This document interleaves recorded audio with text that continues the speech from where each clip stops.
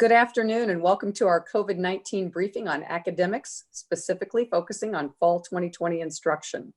I'm Robin Kaler, the Associate Chancellor for Public Affairs, and I'll be moderating today's discussion. Let's start by introducing our four panelists today: Chancellor Robert Jones, Provost Andreas Kangelaris, Vice Provost for Academic Affairs Bill Bernard, and Vice Provost for Undergraduate Education Kevin Pitts. Thank you all for joining us for the second in a series of live streamed COVID-19 briefings we'll be holding over the course of the summer. These will all be linked to the COVID working teams that have been charged with helping guide our university operations throughout the duration of the pandemic. Our next one will be on Tuesday, June 16th at 11 a.m. That one will be focused on COVID-19 testing and exposure notification for our university community.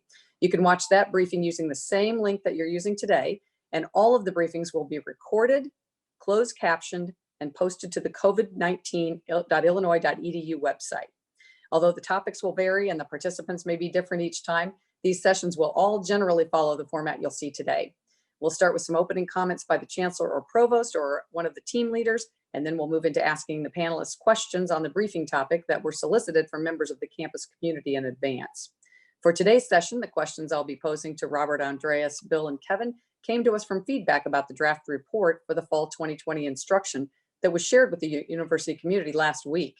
We can't cover all of the questions submitted in 1 hour, but we were able to go through and find a list of those that seem to be most frequently asked. So with the ground rules explained, let's get started on today's COVID-19 briefing on our academic status. Andreas, would you like to offer some opening thoughts today? Thank you, Robin, and thanks to all of you for joining us for this briefing today. As you know, last week, the COVID-19 team on academics released a draft report for fall 2020 instruction. The Chancellor and I charged this team to consider strategies for fall 2020 instruction in the context of the COVID-19 global pandemic. I asked this group to identify instructional options informed by a variety of COVID-19 health and safety conditions that may be present with us in the fall, and to catalog the benefits and weaknesses of each option. This team consists of individuals from across campus, with representatives who are faculty, staff, students, and members of the Academic Senate. I want to give credit to Bill Bernard and Kevin Pitts, who have led this team, and also to each of the team members for their careful, tireless, and thoughtful work that led to this report. I cannot stress enough that safety is our #1 priority. It factored in heavily in the team's deliberations and in their recommendations. And the deep historical disparities across different communities that the COVID-19 crisis brought into sharp focus, with the most vulnerable members of the society affected the most by both the virus and its consequences, were on everyone's mind as the team members went about their work. The team also recognized and considered the disparate impact of the pandemic for members of our staff and faculty who face a variety of personal, professional, and economic challenges in managing remote learning and remote work. They have put together all the information that our community needed in considering the possible scenarios for fall 2020 as they provided feedback to the report and its recommendations. The report's recommendations, along with the additional input we received from faculty, staff, and students and their families, will be extremely helpful as the Chancellor and I work to make a decision about the specifics of instruction in the fall. We will make that decision and announce it within the next 2 weeks. In the meantime, we both hope that this event gives you further insight into how we are making these decisions. And we hope you will revisit the report and provide us with additional input on issues and ideas that our academics team, the Chancellor and I, should consider as we turn recommendations into decisions. I want to thank you all sincerely for your partnership, your patience and understanding as we navigate these issues together. We must, and I am confident we will, find our way through this most challenging pandemic with the same determination and creativity that have sustained us through 150 years of our history. And with that, I would like to ask Robin to get us started with the rest of the conversation. Thank you, Andreas. Before we get started with the questions, though, I know a lot of you are probably really busy and haven't had a chance to read the report. So I'm going to ask Kevin Pitts if you could share your screen with us now, Kevin, and just walk folks through the draft report.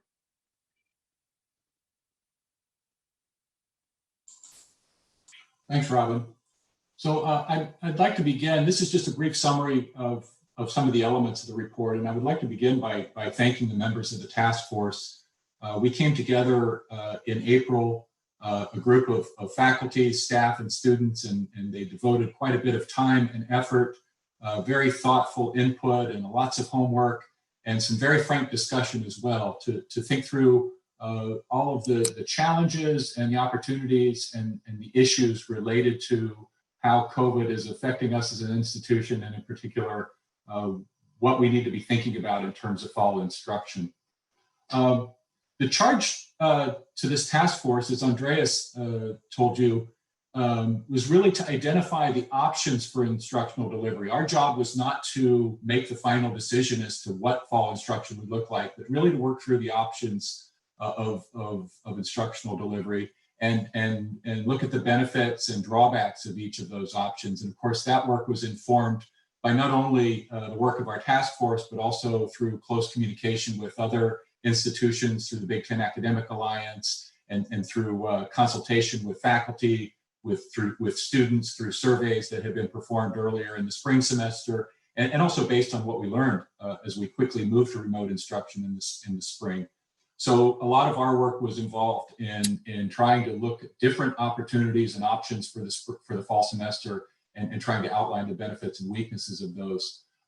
Safety, as Andreas mentioned, is always at the top of the list. Health and wellness is the #1 priority for all of us. But we were also looking at these issues through multiple lenses, one of equity, equality of opportunity for all of our students, what's in the best interest of the institution, and how, for example, for new students who haven't been on campus before, can we really ensure that they can benefit from the Illinois experience, given that we're in these pretty extreme times. Our report really stems from a set of fundamental assumptions, foundational assumptions, and I think this is a good place to just talk about how we really approach this problem. If you think about the kind of the extreme cases, we actually spend a lot of our time in between. And what I mean by that is, in one extreme, which is where we would all rather be living, is business as usual, where we were on campus with a normal semester with full face-to-face instruction. The other extreme would be a fully remote, fully online semester. The conditions related to COVID-19 and the governor's Restore Illinois plan is really the thing that would define those. We can only be in a normal face-to-face environment once we're in so-called phase 5 of the governor's plan, kind of really virus under control. We would be driven to a fully online semester if we were still in phase 3, which is where we are now, which is gatherings of no more than 10 are allowed. And what that really means is a lot of the interesting conversation and thought was really around that middle ground, where we would have on-campus instruction, but it would be considerably limited by social distancing and by the other parameters related to health and safety. And so that's where we spent a lot of our time, and a lot of the issues that arose were in this context. So some of these foundational assumptions include, first of all, an assumption we would be in phase 4 of Restore Illinois. And for example, that allows gatherings of up to 50 individuals. We could be in phase 4 as soon as I think late June or early July, but certainly the assumption is we're there by the beginning of the fall term. We certainly assumed kind of on the health and wellness side that the campus and community have sufficient test, trace, quarantine procedures in place. And as you heard from Robin, you'll be hearing from the SHIELD team next week about the really amazing progress that they've been making in that respect. We also have an assumption that the campus community members are going to behave in a manner that maximizes safety. And this has to be really all of us. We can do all that we can to enforce social distancing and wearing of masks in the classroom. But if members of the campus community are not following through on similar behavior outside of the classroom, it really is all for naught. So this is really an important point. I know that the Student Affairs Working Group is thinking about this quite a bit. For a number of reasons related to COVID-19, we know that some faculty, students, and staff will be unable to return to campus, and that's an important consideration as we talk about what the fall semester will look like. Finally, as we're thinking about limitations on space due to social distancing, we're going to have to rethink kind of how the day looks in a modified fall semester. And in some cases, physical space and time for instruction will have to take priority over some what we think of as traditional non-academic activities. There's a great recognition and appreciation for the fact that the student experience is much, much more than just the classroom, and that the co-curricular experiences are a valuable part of the college education and experience. So we want to be thoughtful about that and balance that, but we also recognize that we're going to be in a pretty unique situation in the fall semester.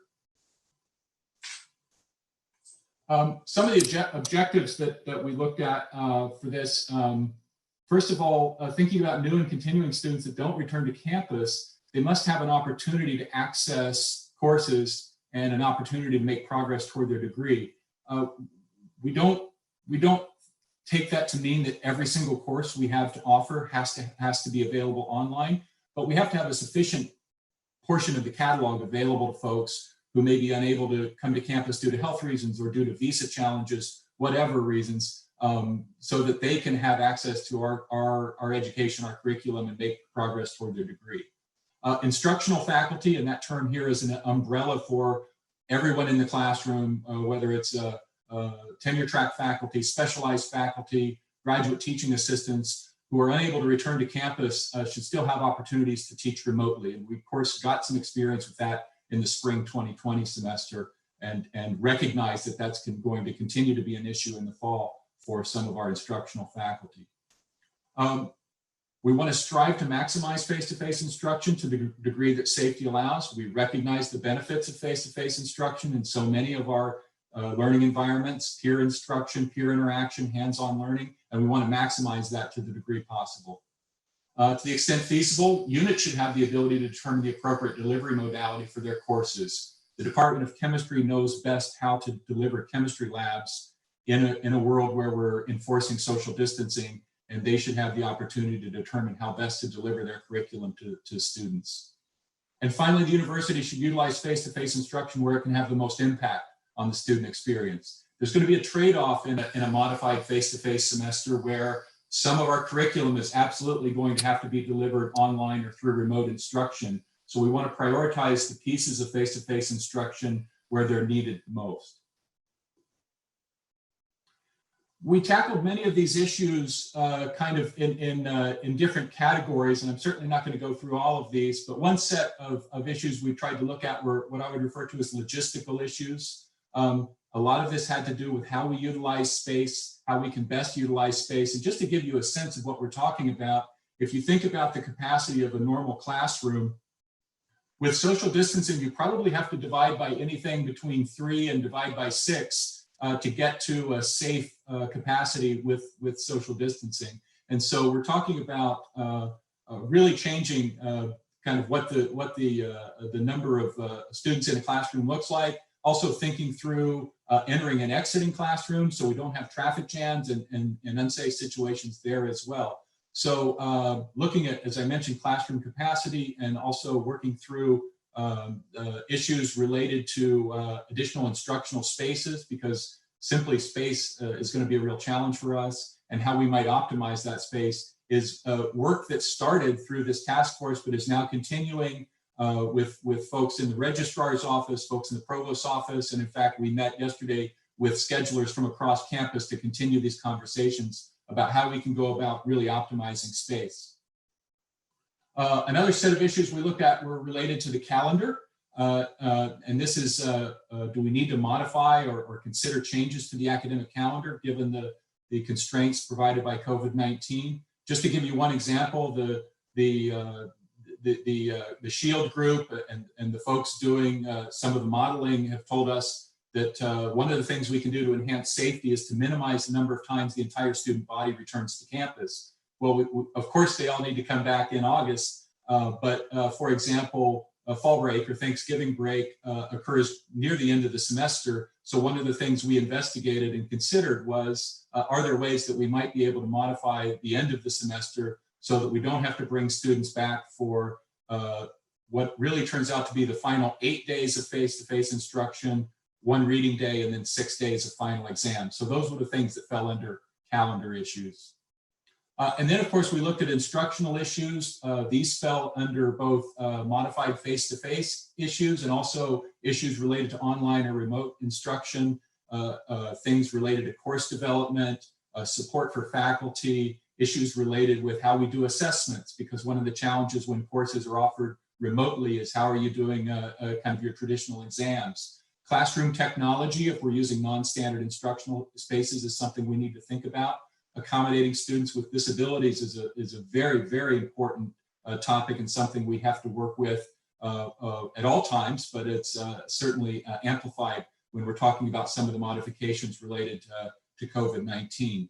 Also issues related to intellectual property, harassment and content sharing when it comes to material that is available online are things that were all considered and are discussed in some detail in the report.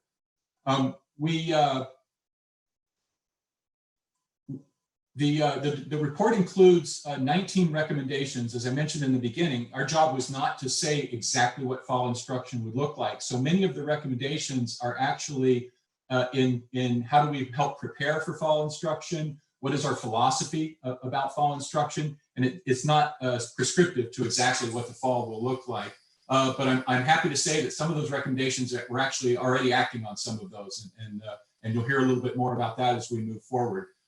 This is the link to see the full report. And if you follow the link from the email the provost sent last week, you can also share your thoughts on the report. And we certainly appreciate the feedback we've gotten so far. It's been very helpful and look forward to additional feedback. I'll stop there. Thanks very much. Robin? Thank you, Kevin. And I'd like to ask the first question of Andreas. Andreas, we're talking about bringing 40,000 students back to campus. Why does the report express a preference for in-person classes if we're able to do that? What are the benefits to in-person? Why not just stay remote indefinitely? Oh, and I think you're still muted, Andreas. Thank you, Robin. And I was saying that's a very good question, and I think everything I say will speak for everyone who is a member of this community, because look, I have been with academic institutions for my past 33 years, and one of the things I have learned the hard way, but also the most exciting way, is how priceless is the residential experience that public research universities like ours offer to the students. You know, the opening, the broadening of the mind that we call education hinges upon the ability of the individual to immerse themselves in an environment where teachers, mentors, peers share in the learning and the debate of the past and the new. And this is how we prepare the citizens of tomorrow, by providing them an environment rich in diversity of experiences, ideas, opinions, beliefs, expectations, aspirations, for them to learn to share their knowledge and talents and to appreciate and to seek the knowledge and the talents of others. An environment that challenges them to reflect upon their values and to tweak them and to change them so they best serve not the me, but the many.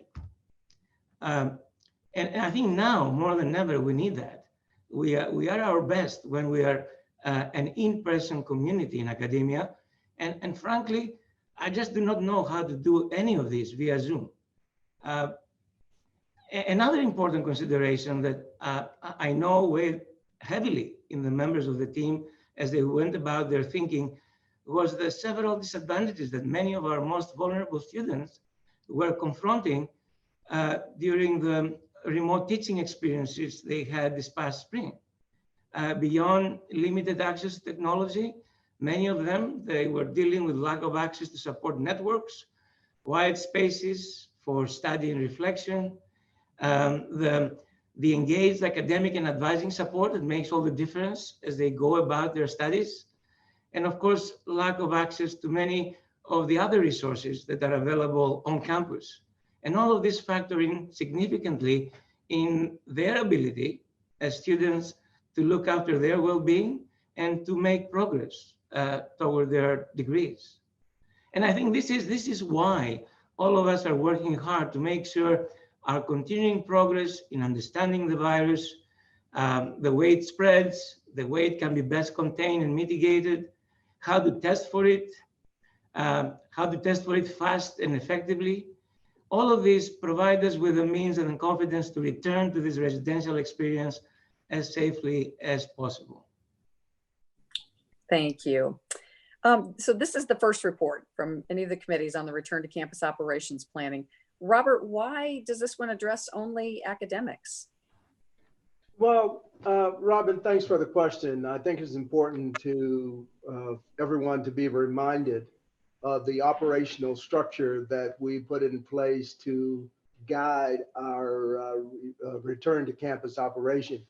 As you well know, we have a steering committee that has approximately 17 people on it, an executive steering committee. And then to support that work and to make sure that we are very comprehensive as we think about returning to work, we have 7 teams that supports the work of the steering committee. That structure is critically important because what we have been we find ourselves in a position where we operationally and functionally have to think about almost every aspect of this university in order to return to campus operations in the fall and beyond safely. The academic report that you're hearing about today was the first one that was issued for a number of reasons. I think you all would agree that the academy, our academic mission, is what brings all of us to this great university. So it's absolutely at the core of what we do. If you're thinking about going back or preparing for fall operations and beyond, you would naturally want to start with trying to discern and figure out what are the academic elements of the university that we need to kind of rethink, and how do we, first of all, as many of you have said, looking at safety of our faculty, staff, and students as the first consideration. The other reason is this one is first is because Provost Cangelaris had charged this committee about 2 weeks before we created the steering committee and the other work team structure. So they're already about 2 weeks, if you will, ahead of the pack in terms of thinking about how do we return to campus operations.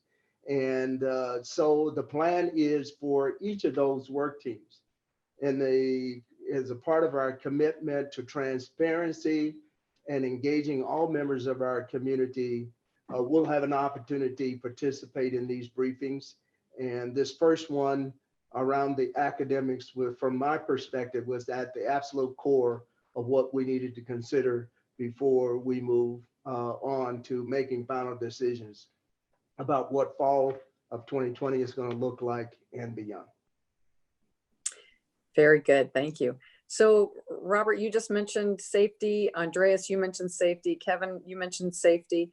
Andreas, the report says that any plan to have students do face-to-face instruction will put safety first. How can you ensure the community is safe if we come back to campus? Well, Robin, safety, of course, starts with self-care.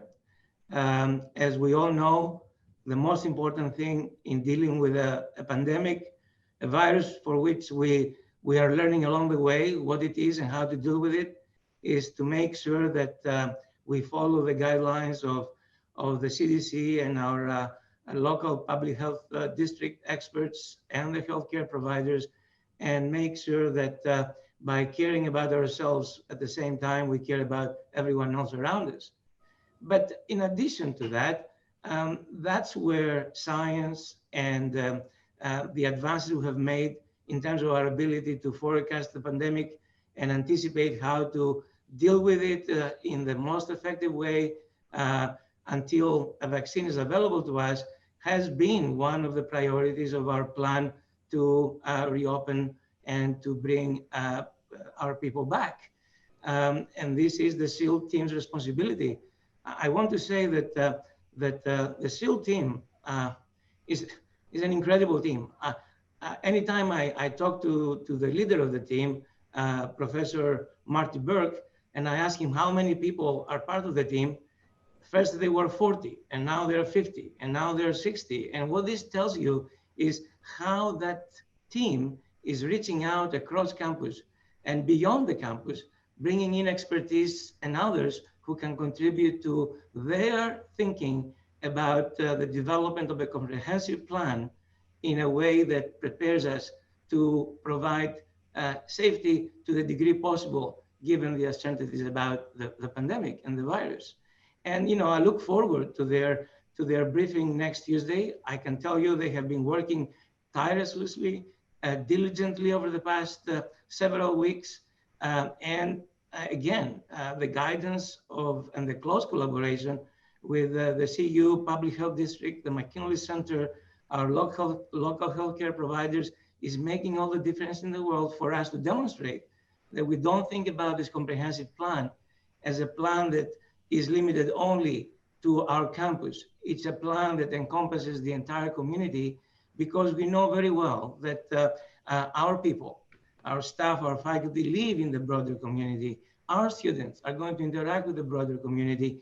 And our concerns about safety are the concerns of the broader community. And I want to also impress upon ourselves that this is a responsibility that every community should consider as their number one priority, as we are waiting to make sure that we have the best weapons against the virus, which is a vaccine.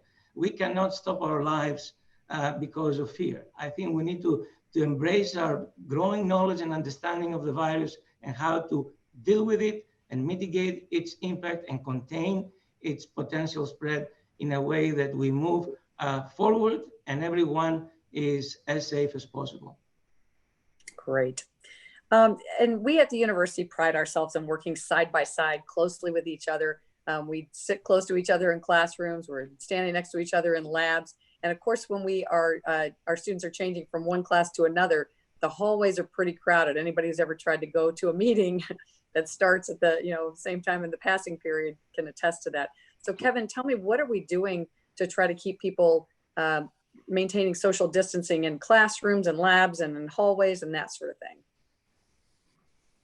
Robin, of course, we start with the classroom concept, and there we know that one limitation will be in the overall size. We're not going to be permitted to have having more than 50 students in any given classroom, even if social distancing would permit that. So we're first of all, we're looking at putting a lot of our larger lecture sections, moving those to online instruction just out of necessity.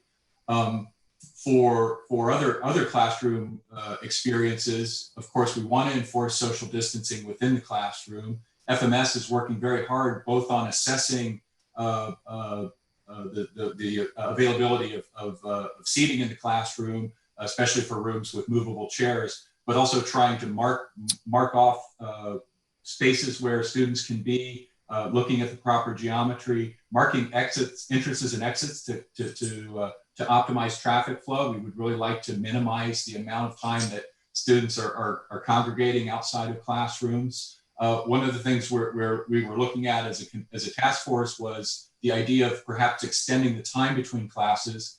Everyone has the experience of a 10-minute break between classes where you've got a group of students that are trying to exit to head out, and then the next group's trying to come in, and folks are in the front of the room talking to the instructor. So one idea that we considered as a group was, well, if we expanded that time by even a few minutes, by 5 or 10 minutes, we might be able to be a bit more orderly in exiting the classroom, having some time for things to settle down before the next group comes in.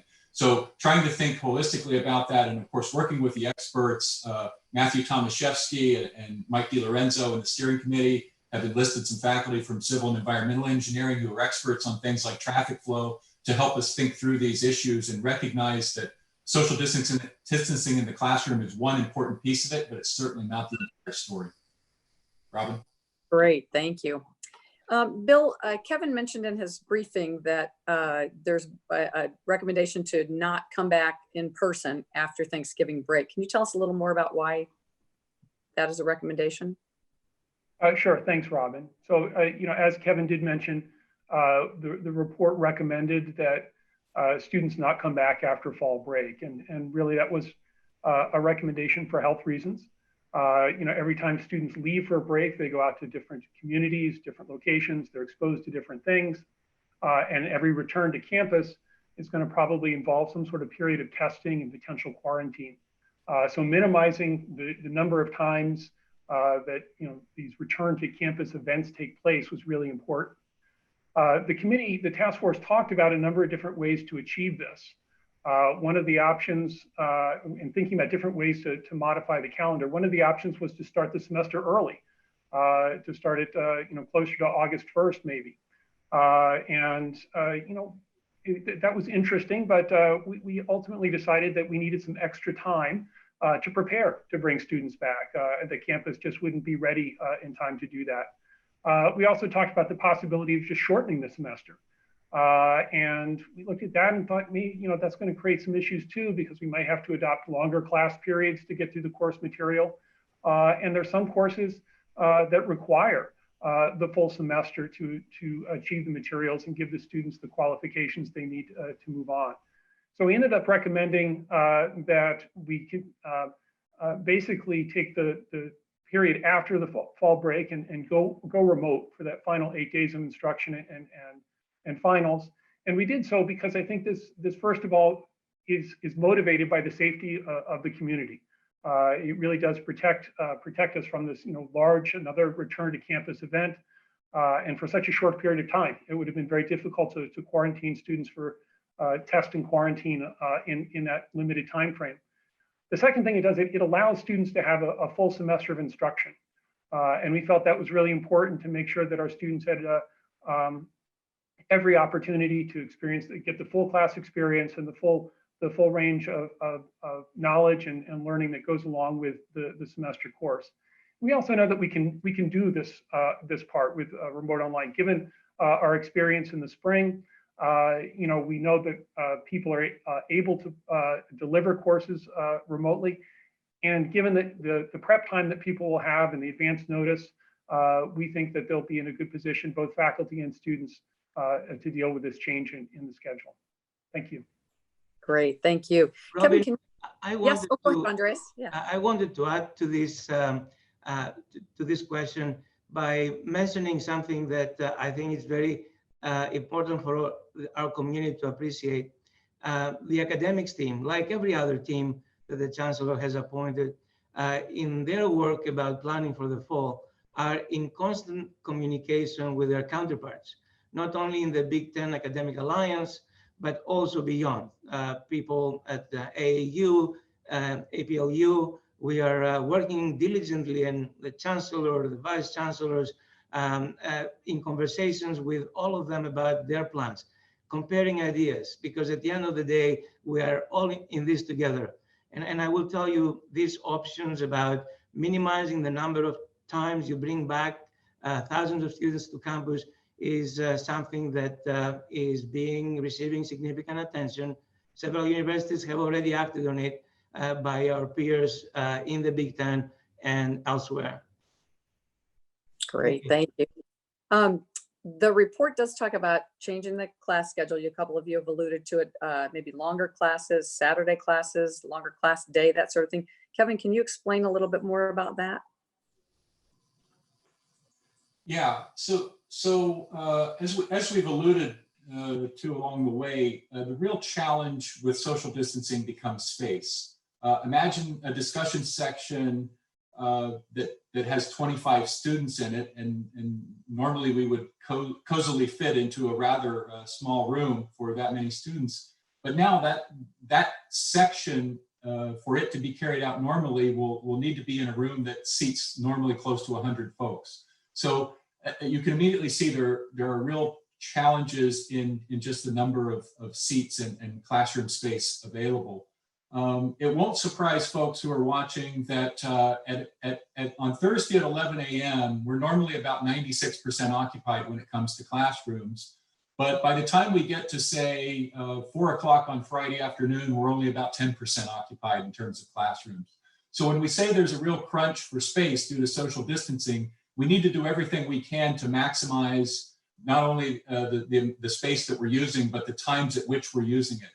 So the task force was very thoughtful about ways that we could go about this, exploring different options for how we might modify the class schedule. But we're also very sensitive to the fact that the class schedule as a whole was set. It took many, many months for it to be set and developed.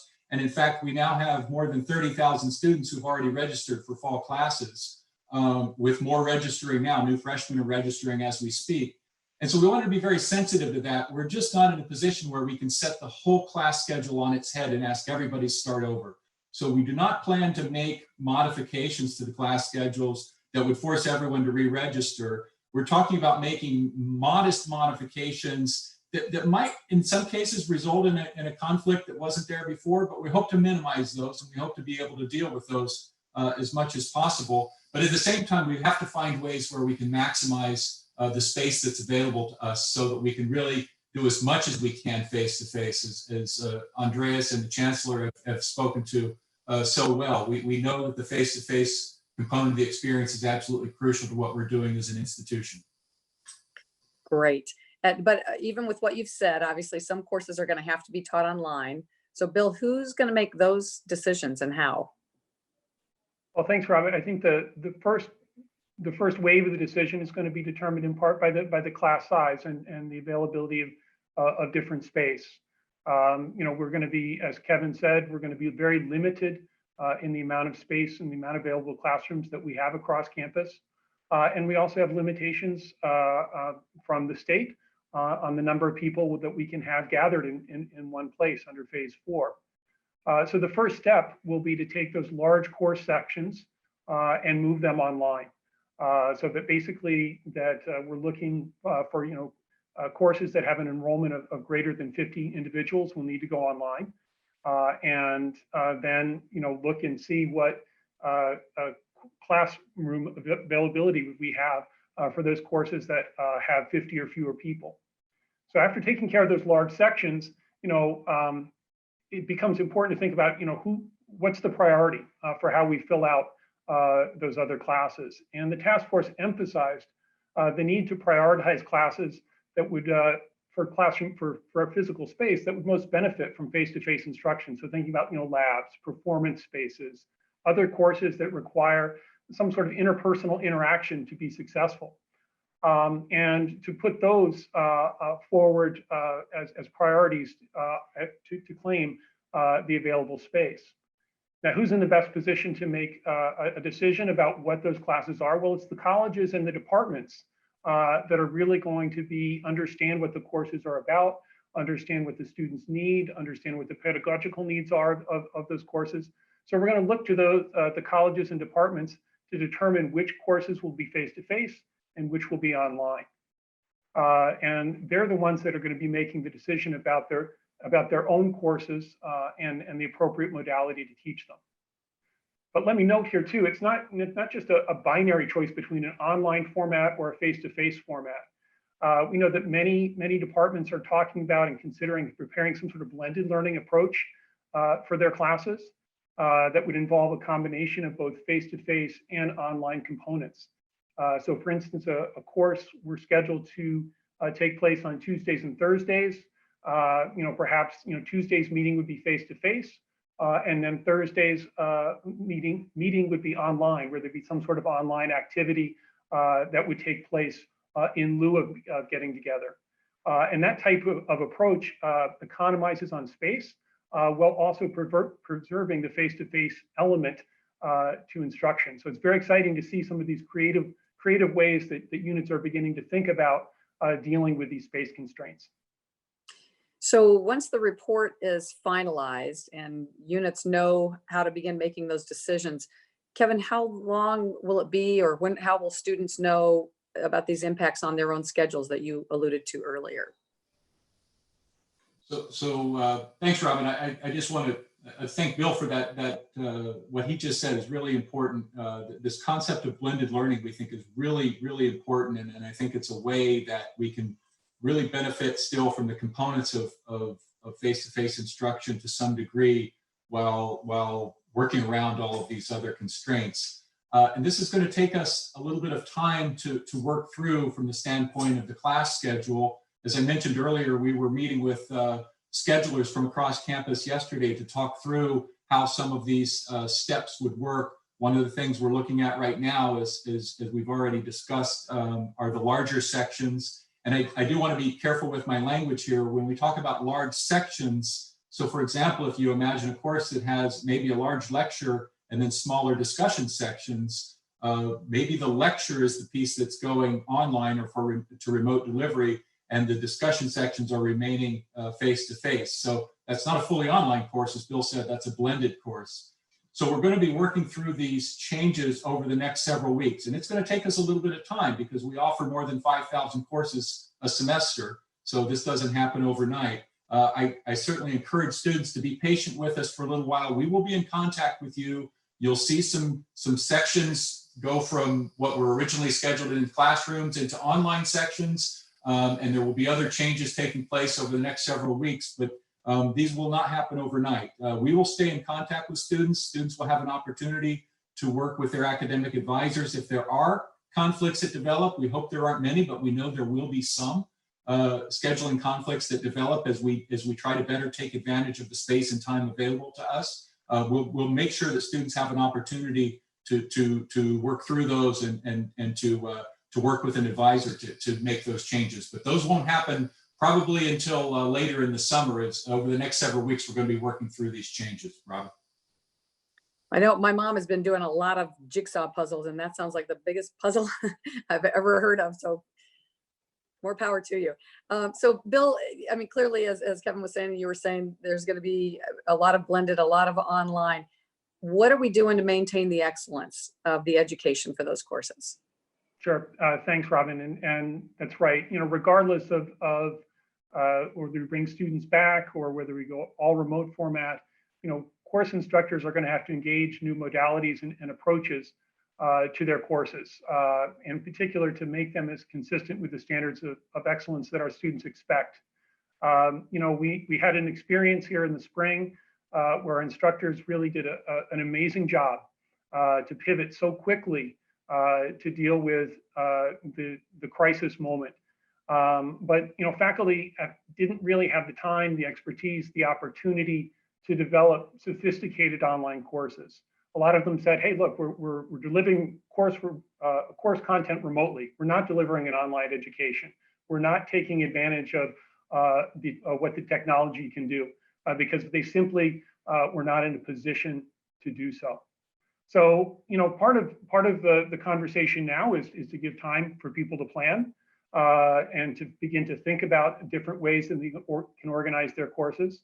The campus is also organizing a number of educational opportunities over the summer, some summer teaching academies to help faculty who perhaps haven't had much experience in the online space to learn more about what they can do with the technology, what they can do with different techniques, what they can do with different approaches, both to course delivery, to assessment, to you know, on down the list, to rethink their the way they organize their courses. So we started just this week with a summer teaching academy.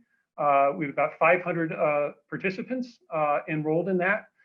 We're also going to offer future versions in July and August, where faculty and instructional faculty can go and learn about these different ways of approaching and what they can do with technology. So we're excited about the amount of interest that we've seen from our instructional faculty and look forward to seeing what they can do to meet this new challenge. Great, thank you, Bill. Andres, are you worried if we would go entirely online that students just wouldn't come back for that?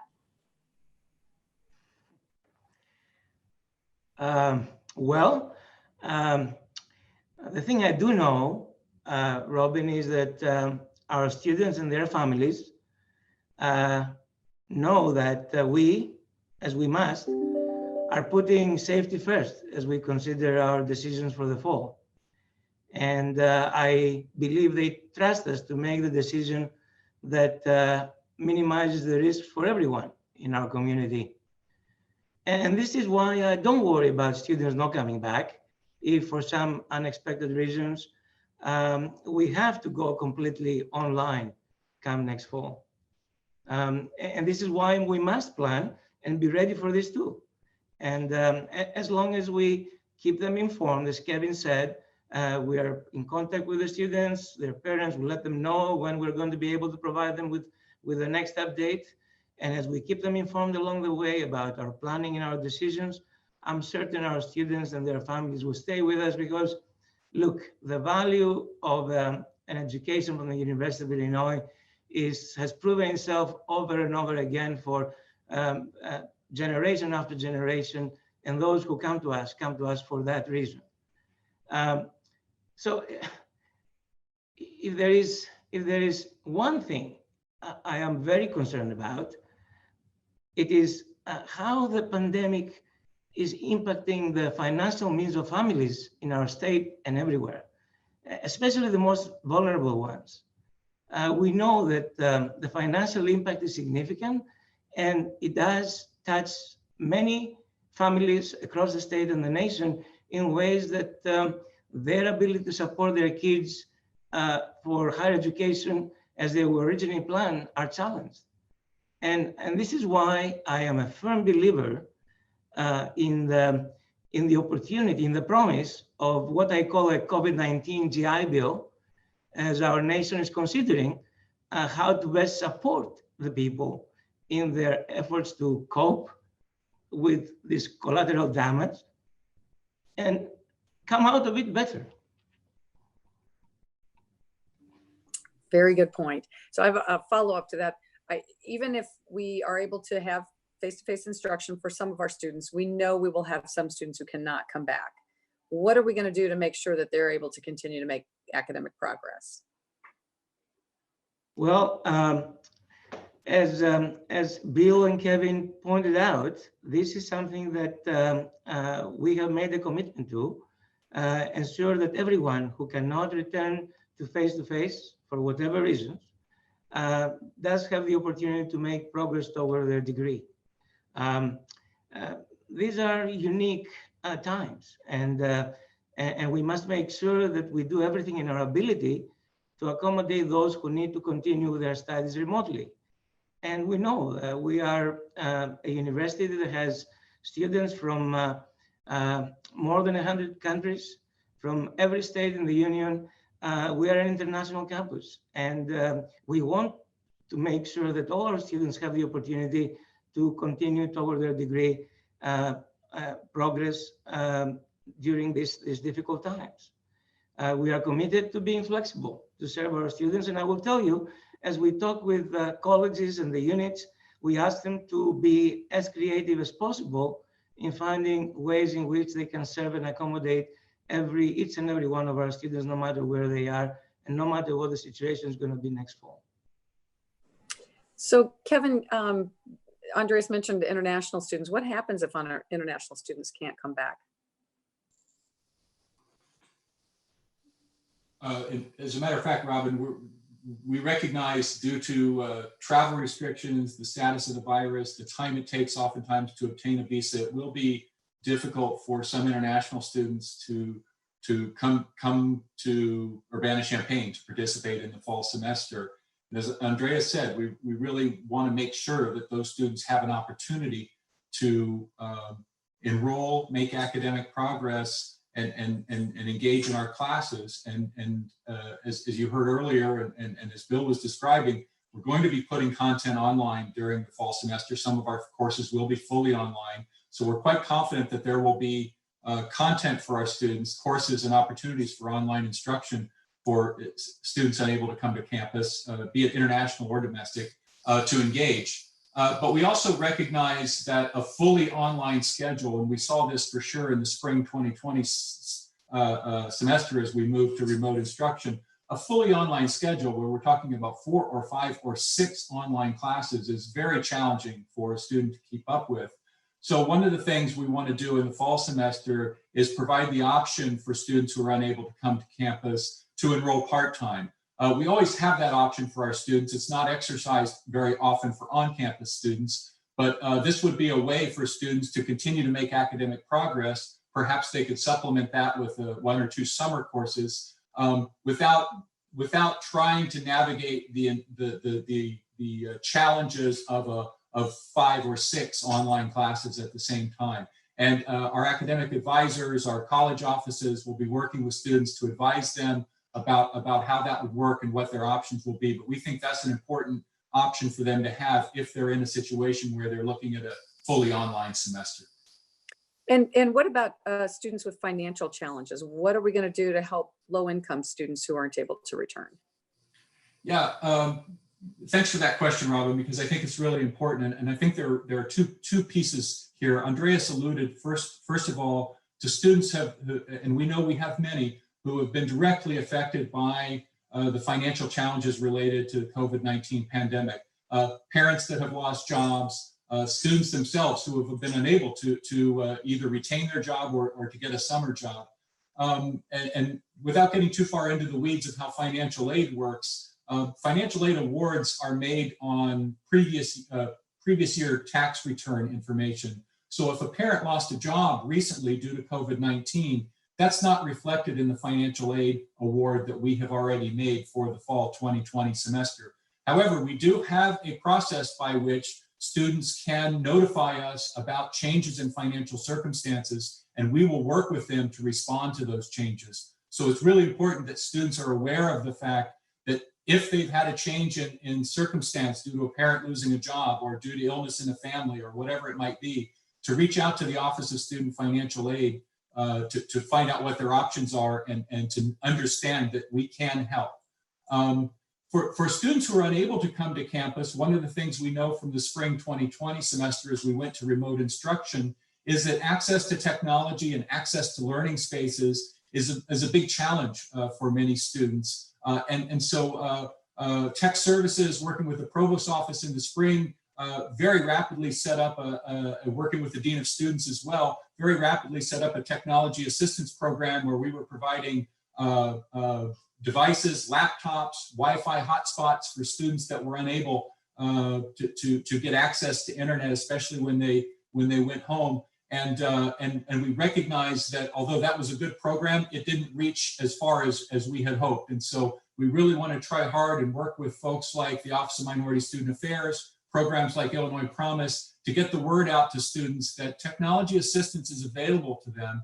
And we want to make sure that we can help them solve some of the challenges that might limit their access to courses. As Andreas said earlier, thinking about issues related to equity and access for students that are the most vulnerable amongst us is a very high priority, and it's something that I think we've been working on, and we want to continue to do better. And we need the help of our students and our faculty and our staff to make sure that folks understand that help is available. Kevin, you're doing such a great job. I'm going to ask you one more question, then I'll leave you alone, okay? Which students are going to have in-person classes, and how is that going to be decided? So our goal, Robin, first and foremost, is for every student who is able to return to campus to absolutely benefit from the on-campus experience in multiple ways. And of course, one of those is to benefit from face-to-face instruction. It's going to be a challenge, though, as we were talking earlier about the jigsaw puzzle you referred to of working through space constraints and online content. So it may be possible for someone to come to campus and have a schedule that's fully online. That's absolutely not our goal, and we're going to work very hard with college offices and with academic advisors to make sure that we're avoiding that to the degree possible. And as I mentioned before, as Bill was talking about this idea of blended learning, those courses, we very much want to have face-to-face experiences for students in the places where it really is valuable in terms of peer-to-peer instruction or hands-on learning. So we're going to be continuing to work over the summer with the departments and the faculty to try to ensure that every student who's on our campus has face-to-face instructional experiences, hopefully multiple experiences, and they can really benefit from all aspects of their Illinois experience. But that's going to be an ongoing task, and we're certainly going to be working hard on it this summer. Great, thank you very much. Robert, how can we be sure that people are going to comply with the safety rules that we need them to follow? And how can we be sure they're going to wear masks and social distance themselves and all that sort of thing? I mean, we've all seen the video from Lake of the Ozarks with people in the pool and that sort of approach. What are we doing? Oops, and I think you are still muted, sir. Unmute myself. Sorry about that. I think that's a critical question, and it's a critical thing that we really have to do. And it's been my experience, the best way to do that is you have to instill in individuals a sense of ownership for the issue. It's been my experience, mandates and edicts normally don't work very well. What's most effective is for people to take some ownership of wearing masks. And as I've heard a number of my colleagues say over the past few days, if individuals aren't willing to do it for themselves, then do it for others. And I think we have to really, over the next several months, work very hard to try to instill that sense of concern for the other. Because in most situations, most crises, is having that sense for the other that really leads to a sustainable, highly effective outcome. And so not exactly sure how we do that. We're going to have to try to work very hard to have individuals still own this, as not if they're not concerned about themselves, but why should I wear a mask so I don't infect others? And I don't create an environment that when I go back to visit my parents or my grandparents, I'm not putting them in harm's way as well. So that's the way I look at this issue. And we have to communicate and start to develop what I call social norms with that framework in mind. And obviously, yeah, I was going to say, Andres, would you want to add some more about the committee work? I want to add, I think the Chancellor said it very nicely, that ownership of that responsibility is something that brings the community together in unique ways. And look, by now, I think everyone is familiar with the R number of COVID-19, the effective reproduction number, the number we use to measure how fast the infection spreads. And, the R number essentially tells us the average number of people that any one of us, if we're infected, will pass the virus on to, right? And that number is what everybody is focusing on. We're trying to make that number below 1. You make that number less than 1, and once you keep it there, you have contained the virus. Victory, right? And so I say, as we think about exactly the question you posed, there's another virus that we can use to help us fight the COVID-19 virus. And in the absence of a vaccine, I think this virus is our best personal way, our best personal weapon against this COVID-19 virus. And this is what we call self-care. It is self-care. It is our commitment to following the CDC and our public health experts' guidelines about testing ourselves for COVID-19, about doing our daily checkup about symptoms that have to do with COVID-19, and staying home or following up with our healthcare provider as appropriate, and wearing a face covering when we're in the presence of others. We need to make self-care as contagious as possible. We need an R number for self-care that is much greater than 1. And it starts with each and every one of us. I think that's what the Chancellor is talking about when he says we need to own this, because there is the best weapon we have as we try to deal with this COVID-19 crisis. Great, thank you very much. And Bill, final question for you. What happens if a member of our community tests positive? How will people be notified?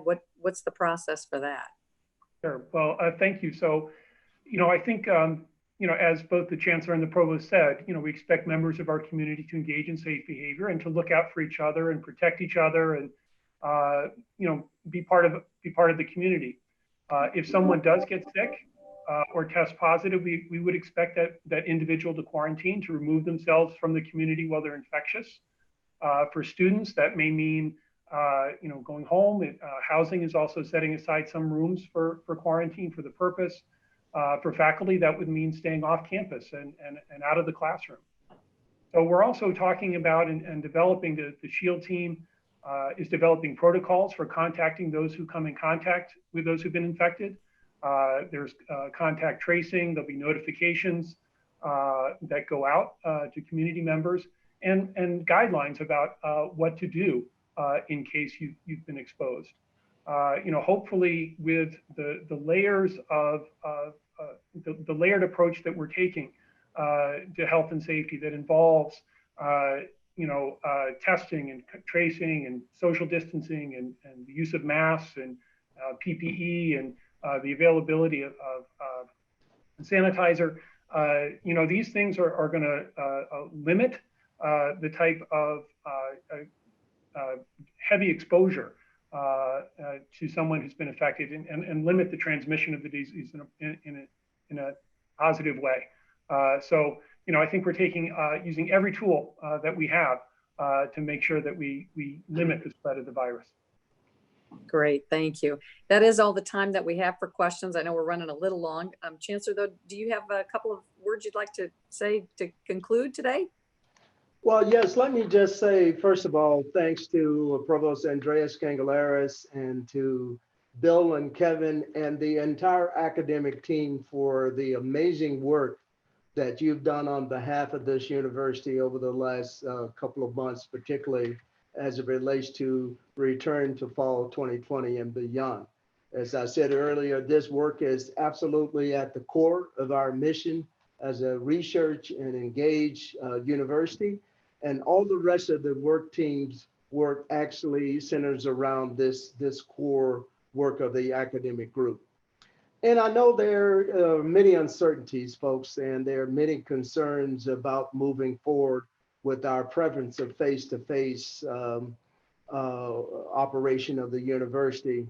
But I can tell you one of the ways that I look at this issue, I'm reminded by a quote that was on one of my favorite mugs, and it goes something like this: life is not about waiting for the storm to pass. It's about learning how to dance in the rain. And folks, that's exactly what we are facing here. We have no certainty about how long COVID-19 will be with us. And when we framed the steering committee, we framed it with a couple of key words. We said, notwithstanding the persistence of COVID-19 pandemic in our community, we are going to move forward to try to establish the safest way to resume the operation of this great university. And so that quote kind of is a framework for me for the work that we're doing.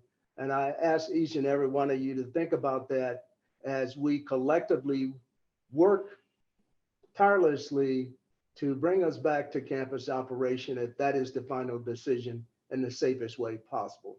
Thank you all for joining us. We really appreciate your engagement, your advice, and your consultation. Thanks a lot.